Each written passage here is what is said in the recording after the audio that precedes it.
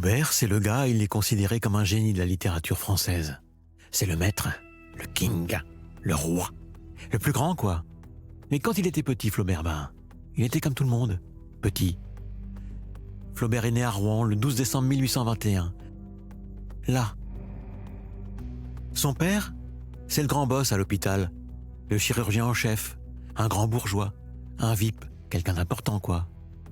L'homme ne fait pas vraiment dans le style marrant, mais il est connu dans toute la ville. Le prénom de Flaubert fils cadet, c'est Gustave.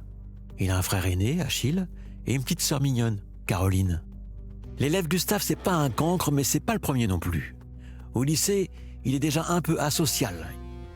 Alors il s'est fait virer parce qu'il supporte pas la discipline, et en particulier la discipline injuste. Il se fait virer avant le bac pour insubordination.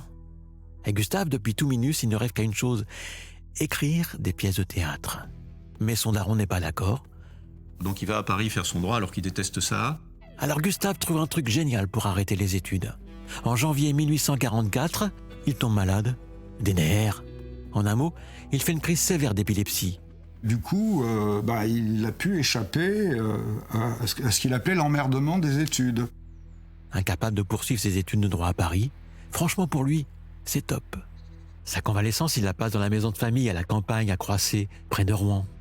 Oui, bon, ici c'était la campagne, avec un chemin de halage, des arbres, on venait là par bateau, et à la place de l'usine, il y avait la grande maison bourgeoise des Flaubert.